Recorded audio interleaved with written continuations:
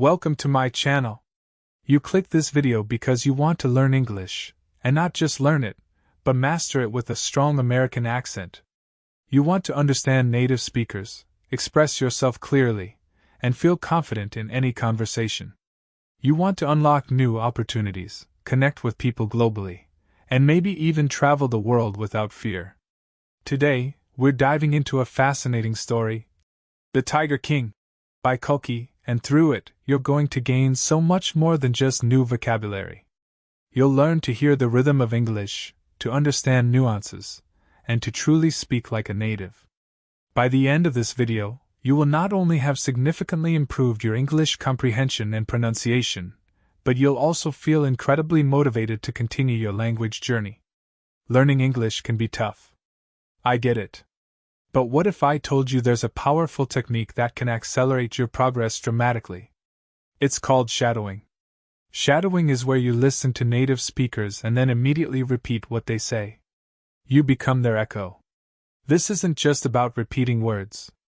It's about mimicking their intonation, their stress, their pauses. It's about feeling the language in your mouth, shaping your muscles, and training your ears. It's like learning to play a musical instrument by listening and then playing along. With shadowing, you train your brain to process English faster. You build muscle memory for pronunciation. You develop a natural flow. And today, we're going to do exactly that with a captivating story. Get ready to transform your English. The Tiger King, a story of prophecy and power. Our story begins in a fictional kingdom called Pratabandapuram. This is a place steeped in tradition, and even more so, in a curious prophecy. The king of Pratabandapuram was born under an inauspicious star. Astrologers predicted his death. They foretold his demise. And the cause? A tiger! Imagine the scene. A newborn baby. Astrologers gather. They whisper. They ponder. They deliver their chilling prophecy. This child, they declared, will grow up to be the warrior of warriors, the hero of heroes. But he will meet his end because of a tiger. Everyone was stunned. Shocked.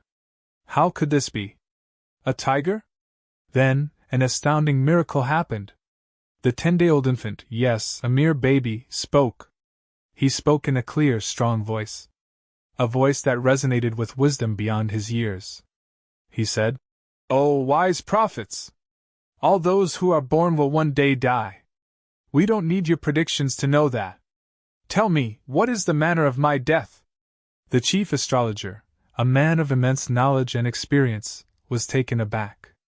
He was truly astonished. He had never witnessed such a phenomenon. A baby speaking. And with such intelligence. He explained. The prince is born in the hour of the bull. The bull and the tiger are enemies. Therefore, death will come from the tiger. The brave prince, still a baby, let out a terrifying growl. It was like the sound of a tiger. He declared, "Let tigers beware!" This was no ordinary child. This was a king, destined for greatness, but also for a confrontation with fate itself. The child grew up. He grew tall and strong. He became the Maharaja of Pratabandapuram, His Highness Jamdar General, Kildar Major, Sada Viagra Samhari, Maharajad Hiraja Visva Bhavna Samrat, Sir Jalani Yung Bahadur, M.A.D., ACTC, or, more simply, the Tiger King. His name was long. His titles were grand. But his destiny was singular. From that day forward, the Maharaja had one goal. One burning obsession. To kill tigers. He was determined to defy the prophecy. He believed if he killed every single tiger, he could escape his fated end. He started his mission with unwavering resolve. He banned tiger hunting by anyone else in his kingdom. If anyone dared to even throw a stone at a tiger, all their wealth and property would be confiscated. He was serious. Deadly serious. The Maharaja himself began his hunts. He was a skilled hunter. Brave and fearless. He killed his first tiger. Then his second. And his third. He was ecstatic. He was proving the astrologers wrong. He felt a surge of power. A sense of control over his own fate. One day, He proudly showed the dead tiger to the chief astrologer. He said, "What do you say now?" The astrologer, however, remained calm. He had seen many things in his life. He smiled faintly. "Your Majesty may kill 99 tigers in exactly the same manner," he said, "but you must be careful with the 100th tiger." The king scoffed. "What if the 100th tiger is also killed?" he challenged. The astrologer replied, "Then I will tear up all my books on astrology. I will set fire to them. And I will cut off my tuft. I will become an insurance agent." This was a bold statement. A challenge back to the king. From that day on, the Tiger King's life revolved around tiger hunting. He thought of nothing else. He dreamed of nothing else. He postponed all other matters of state. His focus was singular. Kill tigers. Kill them all. He faced many dangers. There were times when the tiger sprang upon him. He fought the beasts barehanded. He emerged victorious every time. His resolve strengthened with each kill. He was a force of nature. A man against destiny. His kingdom's tiger population dwindled. The forest, once teeming with stripes, became eerily silent. He had killed 70 tigers. 70! This was a monumental achievement. But what about the remaining 30?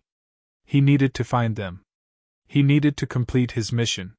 He married a princess from a state that had a large tiger population. This was a strategic move. He needed more tigers. He would hunt them in his father-in-law's kingdom. He visited his in-laws frequently. Each visit was an opportunity. Another chance to hunt. He successfully killed many tigers there too. In 10 years, he had killed 99 tigers. Only one more to go. The 100th tiger. The one that truly mattered. The one that held the key to his fate. The Tiger King was now desperate. He had exhausted all the tiger populations he knew of. His own kingdom had no more. His father-in-law's kingdom was also depleted. He was running out of time. He was running out of tigers. A new problem arose. A village in his own kingdom was facing a crisis. Sheep were disappearing. Not one or two, but many. People were terrified. They suspected a tiger. A tiger had indeed entered the village. It was hiding in the hillside. The king was thrilled. This was his 100th tiger. His ticket to defying fate. He immediately set out on the hunt. He combed the forest. He searched every nook and cranny. But the tiger remained elusive. It was as if it had vanished into thin air. The king was frustrated. His patience wore thin. He threatened his Diwan, his chief minister. He ordered him to resign. He doubled the land tax. The villagers were miserable. The Diwan was a clever man. He knew the king's obsession. He knew the king's fury. He decided to take matters into his own hands. He went to the People's Park in Madras. He found an old tiger there. A tiger that had been brought from the circus. It was weak. It was old. It was perfect. He secretly brought it to the forest. The tiger was frail. It could barely stand. He presented it to the king. The king was overjoyed. This was it. His 100th tiger. He took careful aim. He fired his gun. The tiger fell. The king was triumphant. He had done it. He had killed the 100th tiger. He ordered the tiger to be brought to the capital in a grand procession. But wait! What happened next was truly unexpected. The bullet had missed its mark. The tiger had not been killed. It had merely fainted from the shock of the gunshot. The hunters, fearing the king's wrath, didn't dare tell him. They knew he would be furious. So one of the hunters, without the king's knowledge, shot the tiger himself. This time, the tiger was truly dead. The tiger was taken in a magnificent procession through the town. People cheered. They celebrated the king's victory. The king believed he had defeated fate. He felt immense relief. He was safe. Or so he thought.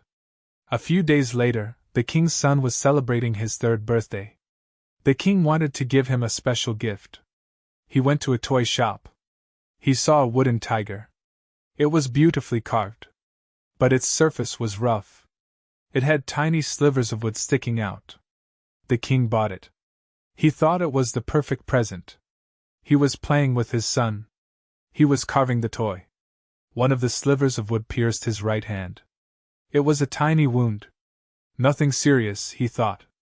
But the next day, infection flared. It spread. It became a large, festering sore. 3 famous surgeons were summoned. They were the best in the land. They operated on the king. They did their best. But despite their efforts, the king did not recover. The infection had spread too quickly. The prophecy had come true. The 100th tiger, though a wooden one, had claimed its victim. The Tiger King was dead. This story, The Tiger King, is a powerful reminder of how fate can be inescapable. But for us, it's also a fantastic tool for learning English. Shadowing for success.